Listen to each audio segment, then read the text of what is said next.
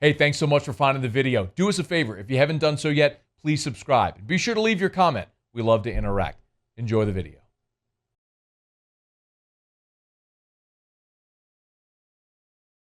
Yesterday, we told you that LSU landed a transfer and four-star Walker wide receiver, Brian Thomas Jr. Today, LSU turned the trick again, this time going into the transfer portal to get a linebacker. So remember, we told you early in this process that, and Ed Orgeron said, with 3 spots available, he's going to go best available and then transfer portal. And the 2 positions in the transfer portal they were targeting, linebacker, offensive line. Well, the best available was Brian Thomas Jr., checked him off the box yesterday, and today we find out that LSU does, in fact, add another member to its 2021 class. It is Clemson transfer linebacker Mike Jones Jr. So here's the background on Mike Jones Jr. Member of the class of 2018. He was the number 210 overall player in the country, the 15th best outside linebacker in the country when he signed with Clemson. High 4-star. Goes to Clemson, redshirts his first year in 2018. Then in 2019, plays in 9 games. And they played in 9 games this past season, And then in that was 2020. And then 2018, the prior season, his redshirt freshman season, 18 tackles, including 3 tackles for loss. So he redshirted, had 18 tackles in his redshirt freshman year. Then this past year in 2020, played 9 games for the Clemson Tigers. And now is hitting the road. So he will be immediately eligible, thanks to the NCAA's immediate eligibility rule for transfers. And LSU now has 1 spot remaining for the class of 2021. Remember, this does count as a 4-year spot, an initial 25 spot on the roster. So you signed your 22, you added Brian Thomas 23, Mike Jones 24, 1 spot to go. If Ed Orgeron can add an offensive lineman, perfect. Especially if it's someone from a Power 5 who's got starting experience and could step in and be a contributor for you right away. If not, you can always backfill, save that spot for next year, and sign 26. So LSU in good position here with the Mike Jones signing. So a couple of things. There are several very obvious pros to adding Mike Jones. First and foremost, you address a position of need. It's no secret that in the 2020 season, LSU's linebacker group was not very good. When you are literally the worst defense LSU's ever fielded, not much was very good on that defense. But the main culprits were linebacker play and safety play. I think generally speaking, we understand that. That's largely why Bo Pelini and Bill Bush are no longer here. They have to get better there, and this is adding another guy. So, of course, Jabril Cox is off to the NFL, but you return Damone Clark and you return Micah Baskerville. Clark played better late, and the season defensively really started to get at least respectable when Baskerville started getting more playing time. He was just more of a thumper between the tackles and just head down, nose in the hole, made a lot of plays. So you return those 2 guys, but if you're going to run a 4-3, you need a 3rd linebacker. The only other linebackers that LSU had on campus were Josh White and Antoine Sampa as far as scholarship linebackers. So you needed to add bodies there. What did they do? They went and added the number 1 JUCO linebacker in the country in Devontae Strong, and they signed 4-star Greg Penn III.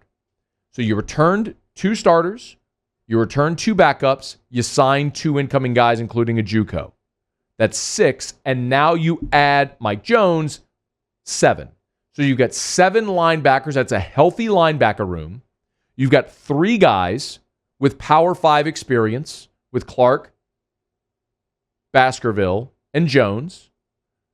Devontae Strong, number 1 JUCO linebacker in the country. You hope he can step up in level, and it translates. But a guy still who's not 18, really green coming out of high school, a guy who's got college experience at the JUCO level and physically is going to be more developed. And then you got the 2 guys who've been on campus, and then you're bringing in Greg Penn. So you've got a nice range of diversity as far as age, experience, talent level, strength, size, all of that stuff.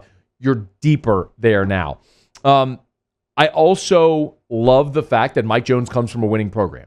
He's come from Clemson. If he was good enough to sign with Clemson, clearly there's a lot there. Can you mold him? But also just the expectation. You signed with Clemson with the expectation that you're going to be playing for championships. That should also be the case with anybody who signs at LSU. And clearly, that's why Mike Jones is coming to Baton Rouge. He's got a chance to play immediately in the best conference in America and hopefully have a chance to win a championship. Now, there's the other side of the coin as well. I think, by the way, the positives vastly exceed any negatives. But if you're looking at the flip side of the coin, it's, well, why couldn't he play Clemson? Right? I mean, anytime you're dabbling with a transfer, it's, well, what went wrong there? You know, if you're Jazz Ferguson and you're at LSU and you can't get on the field because there's a logjam of talent, you go to Northwestern State and dominate, that makes a lot of sense. Not as much whenever you go major Power 5 to major Power 5. There's the question, why couldn't you get on the field? And I think that that's fair. But at the same time, when you're LSU, beggars can't be choosers, bruh. You're thin on numbers. This is a guy who's got starting experience or major college experience at Clemson's, been on the biggest stage, been in playoffs. Like, yes, I want that guy. I think it's also fair to ask, and this is a bigger question, it's probably more pointed at Bo Pelini, but are LSU linebackers progressing? I mean, Damone Clark last year didn't really make a lot of progress. That's likely why Bo Pelini's gone. Now it's on Blake Baker to take this group and make them perform much better than they did a year ago. And then the other thing, anytime you take a transfer, is you take a 4-year spot away, right? I mean, a scholarship, an initial 25 is a 4-year scholarship. And if you give it to a guy that's a 1-year or 2-year player, you're not getting the full value of that. But if it's someone that makes you immediately better, it's a no-brainer. Cole Tracy. I mean, Cole Tracy was a 1-year player, but man, was it worth it for that 1 year. Joe Burrow was a 2-year player, but that doesn't even need to be discussed. This past year, when you go get the cornerback out of Nichols, who didn't really translate to this level, that's a bummer, man. Like, you wasted a 4-year spot on a 1-year guy that didn't even contribute. So that's always the risk you run, but that's a risk with any transfer. And this is one of those instances where LSU needed another linebacker, a Power 5 linebacker, a guy who's played, a guy that could be an immediate impact guy at that position, and looks like they got him. So Mike Jones Jr., he transfers in from Clemson, joins the LSU program. He is immediately eligible, which is phenomenal. The other part of that story today is that Blake Baker, the new LSU linebackers coach who we just talked about, apparently Tennessee was playing footsie with Blake Baker. New coach Josh Heupel, of course, is looking for a new defensive coordinator.